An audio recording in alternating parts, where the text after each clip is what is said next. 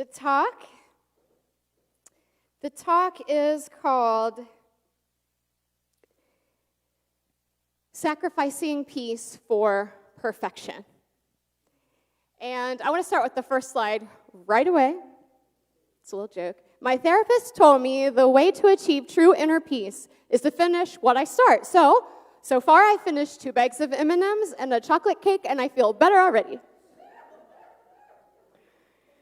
I just had to break it up just a little bit. We've been so quiet all morning.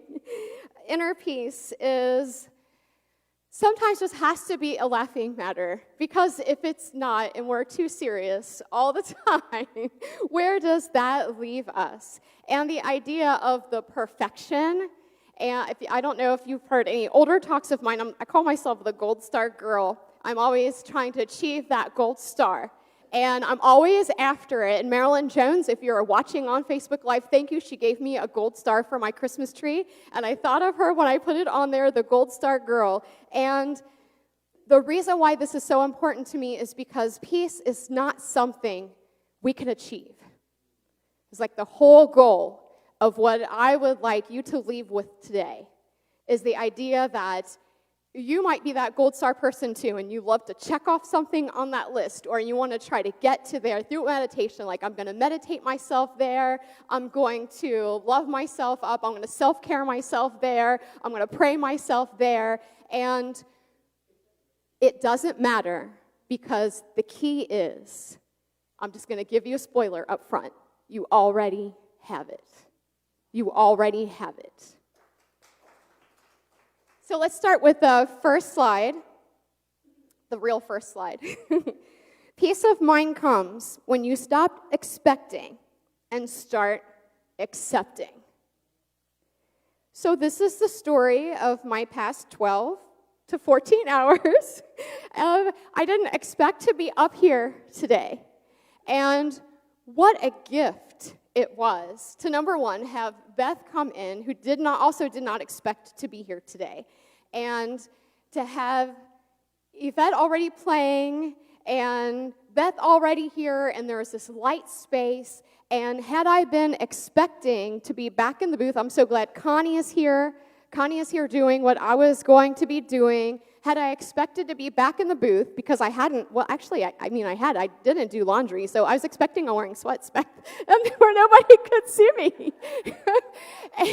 And had I let that get me, hook me, and been nervous and anxious and upset, I would have totally missed the blessing of every single volunteer who walked in this morning.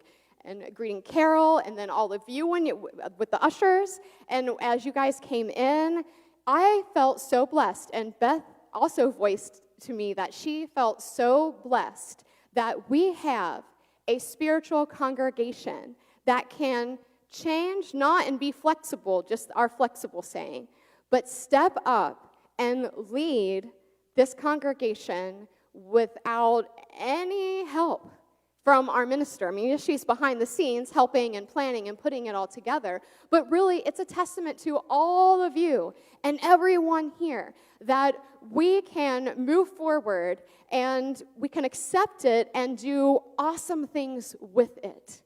So part of the peace of mind is just an accepting what comes. It's reality. And I have a practice. I'll go into a little bit more. I do this every day. My friend Laura and I, we text each other every day, one thing that we accept. And sometimes it's really crazy, like I accept that I just ate an entire bag of chips because I was in a bad mood today. And sometimes it's I accept that I feel a little depressed and unmotivated today, and I'm mad that things didn't go my way.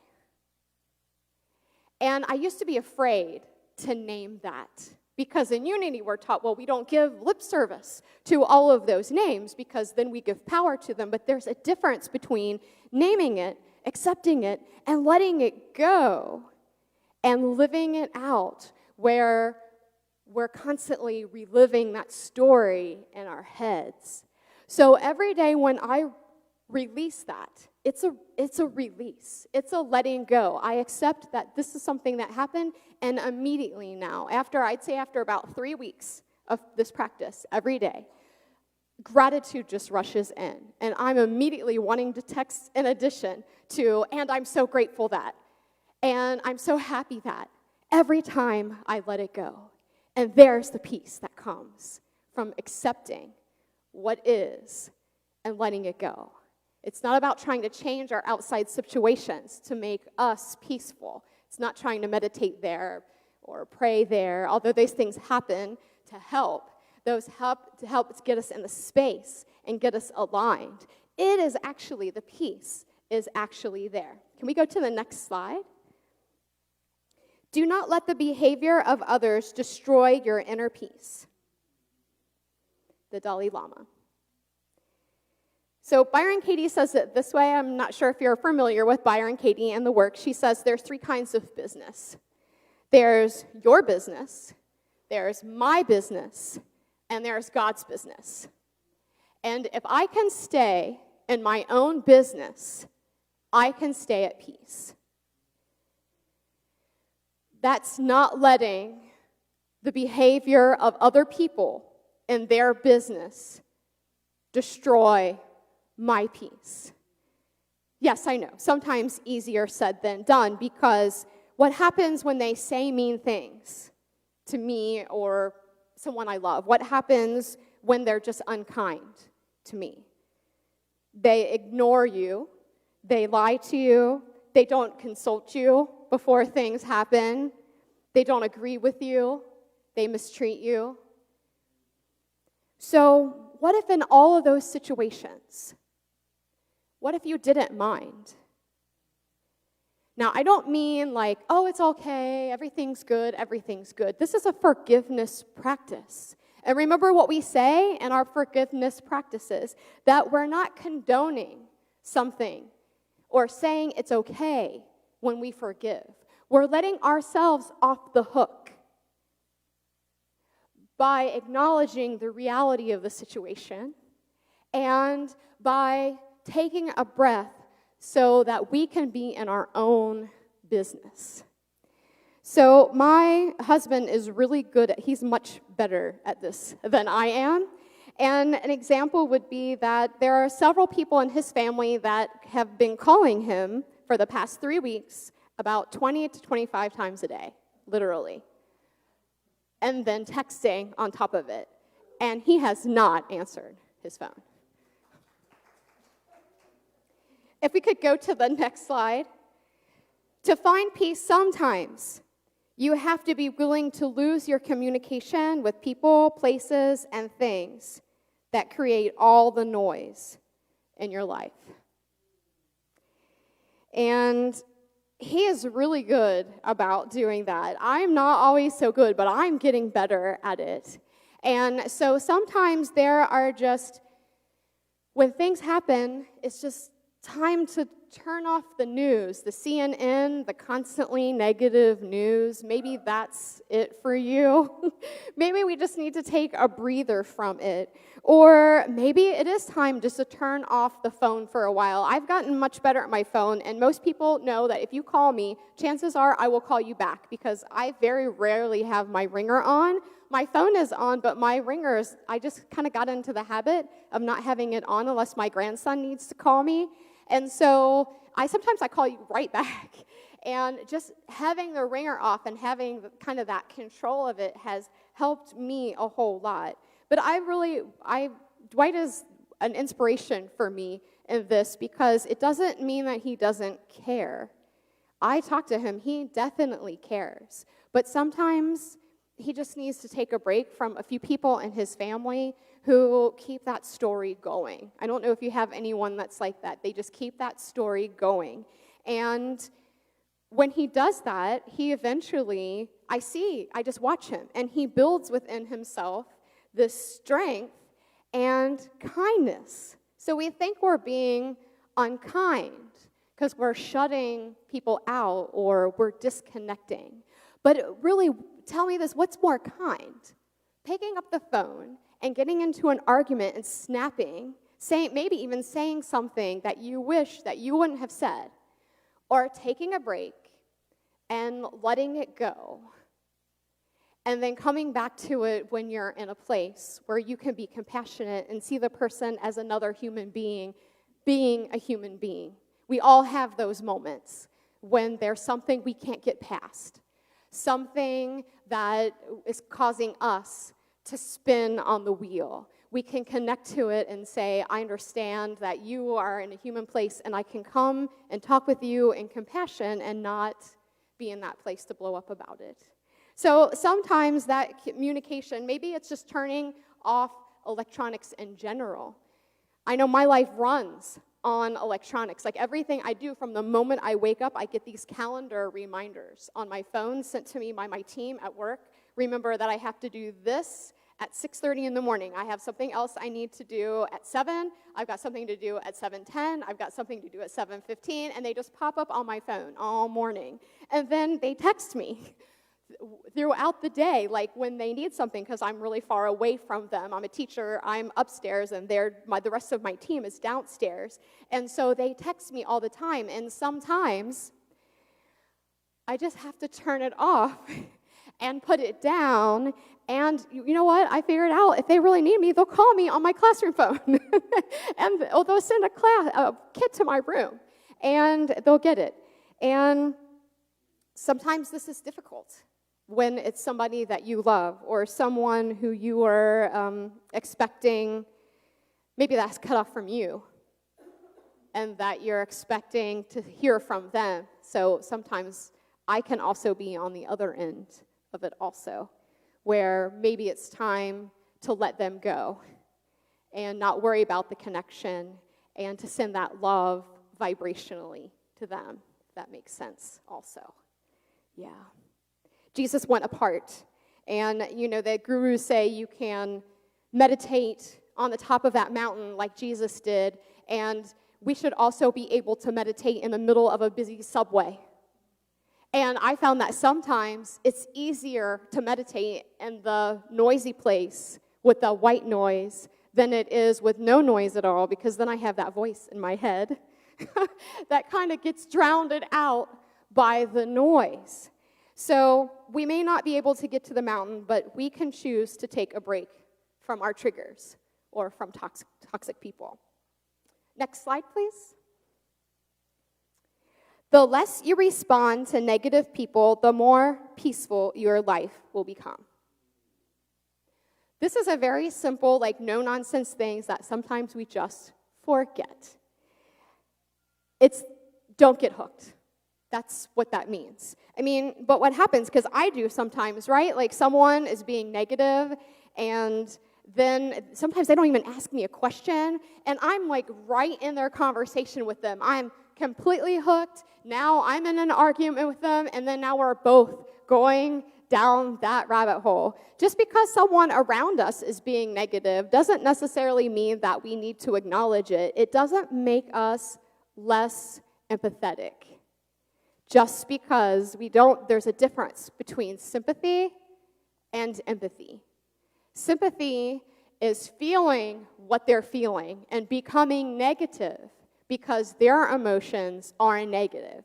And so they're down here in this hole of negativity, and they're coming to you with negativity. And then what happens when you go down the hole with them? If you are down there in the hole with them, who is up on the ground with you? See how more kind it is to not see the humanness and the negativity, but at the same time, not have to feel that negativity with the person, because it's more kind to be able to see that from the outside. And maybe just be there to listen. We don't have to feed into the argument. We don't have to feed into the story. And if we have to, we might need to take a break. And what does the ego get for that? So when we go into this, we get hooked into this, the ego gets to be right, because misery loves company, right? Yeah.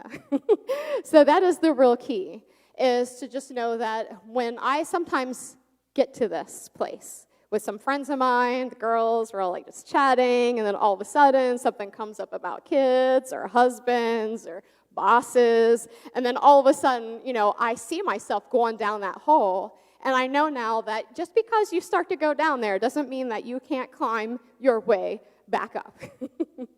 You can stop in the middle. It doesn't matter if you're already down there, you realize you're down there, just find that ladder, come back up to the surface, and know that that's just ego, and that's the way we're built, right? Ego is built to want to be right, to want to control it, and so it's okay to let that go. If we want to go ahead to the next slide. Peace is the result of retraining your mind to process life as it is, rather than as you think it should be. Wayne Dyer. So this is the shoulding. Byron Katie says there are two ways to be in the world. One is at war with reality, and the other is at peace. Saying kind of the same thing, that it's human to say that this should be this way. It's human to want things to be different than they are. And wanting can bring to suffering. Not going with reality and just kind of acknowledging and accepting it, what we talked about in the first slide, just the acceptance that comes to say, I don't prefer it this way. Actually, I really hate it this way. And I'm going to acknowledge that feeling within myself and know that this is not the way that I prefer it. And then say, like my little text message would go off to Laura, I accept that people don't always consult me. That was my big one last week. People don't always consult me about the choices they make, and those choices affect me. And then once I say that and I accept it, that's the reality of it. It is the reality of it. I can't change their choices. I can talk to them about it and ask them if they could do it differently. And yet, their path is their path, and I accept it. And that is the retraining of my mind to see the peace that is already there. So coming back to that peace that's already there, the first time I ever really understood this was Eckhart Tolle. He talked about the witness. Have you heard this before? Where there's your mind, and you can think, and then you can watch your thoughts. So kind of like in meditation, as you might watch a thought come up and go away,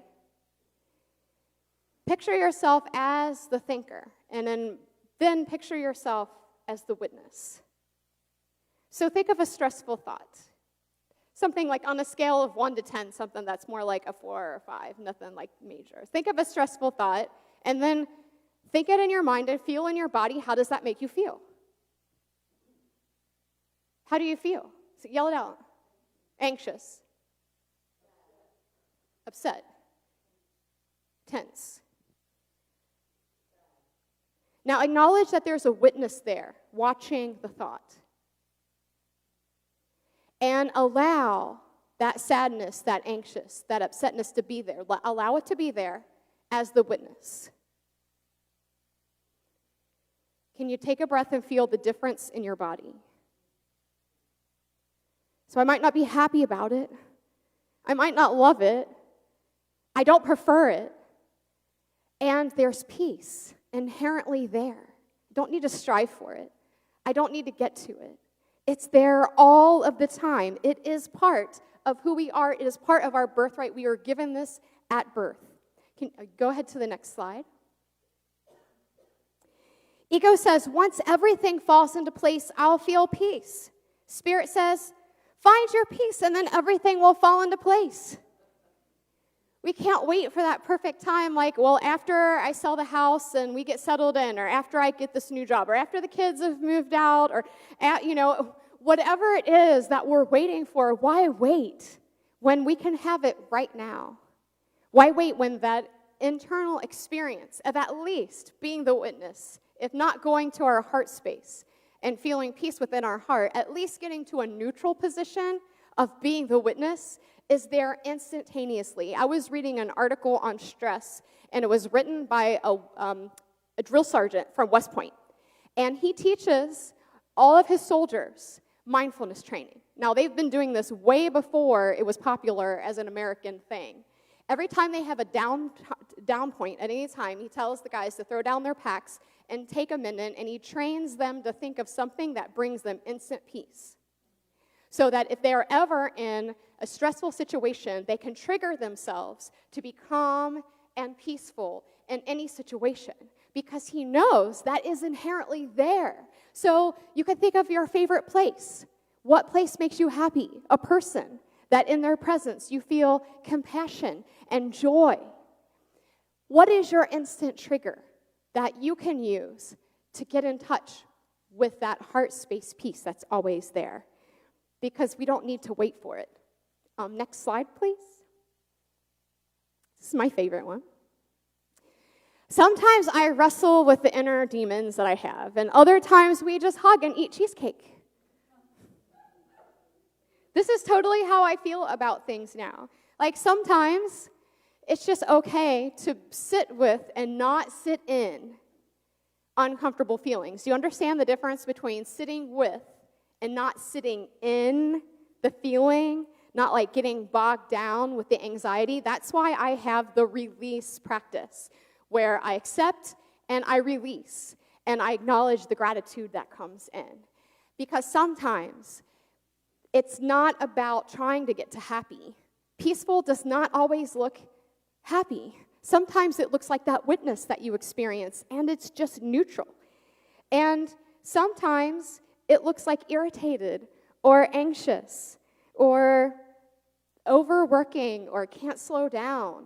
And peace is in the middle of all that because it has nothing to do with our circumstances. It's knowing and acknowledging that inner peace that we have because we have that Christ light within us. And so sometimes just sitting with it for a second, acknowledging it and releasing it is the best way to go. If you want to go ahead to the last one here, I think it's the last one. Yeah, this is kind of like an affirmation. I let go. I accept my life as it is. I do not judge. I do not dramatize. I let life's events come freely, and I welcome the lessons they convey. I stop struggling now. I let go, and I know that God always gives me that which is most appropriate for my soul. What if you could live knowing that nothing and no one is against you? What if you could live out knowing that there is one power and one presence, and it is God the good? That doesn't mean it always feels good. It means that no one and nothing is against you. And there's peace always available to you. Picture your life for a minute in your mind's eye. Close your eyes if you want to as we end here today. Picture something in your life, in your day, and take this on. What if you knew nothing and no one is against you and peace is always available? Picture yourself living that out in your morning, in your afternoon, in your interaction with your family, in your interactions with difficult people in your life. When you watch the news, and when you lay down to sleep at night, what would that be like for you? And I know time is running out just a little bit here, but I want to leave you with a really short little story here that I have about finding that inner peace within you. And it's about a woman whose husband had died unexpectedly, and she was in really bad circumstances with her creditors, and they were taking everything, and she had a family jewel. It was worth a lot of money, and it had a lot of sentimental value because it had been passed down through many, many generations, and it was pretty much priceless for that reason. And so she decided she'd sew it into the sleeve of an old coat because her creditors would never want the old coat. It was pretty tattered and torn, and it was worn. And she knew as she went on, she had grief and she had this weight and she made it through, but she always knew that that jewel was there and it could possibly financially support her, but it gave her this inner peace of knowing that she had something from her family left and that she had money whenever she needed it. But she died before she could tell her son about it. So her son found himself with no family, no home, no inheritance. He only had the old coat. And wherever he found work or he could stay, he did what he needed to do, and he needed to move on, and he was filled with sorrow. And one day, when he was chopping wood, the seam came out of that hem, and the gem fell out. It fell out. And he knew instantly, in a single moment, he realized that we are always taken care of. That inner peace is always available to us, and it is our birthright. Find your gem, that inner gem, that peace that passes all understanding in your heart this Christmas season as we birth the Christ within us. Thank you so much for your time today.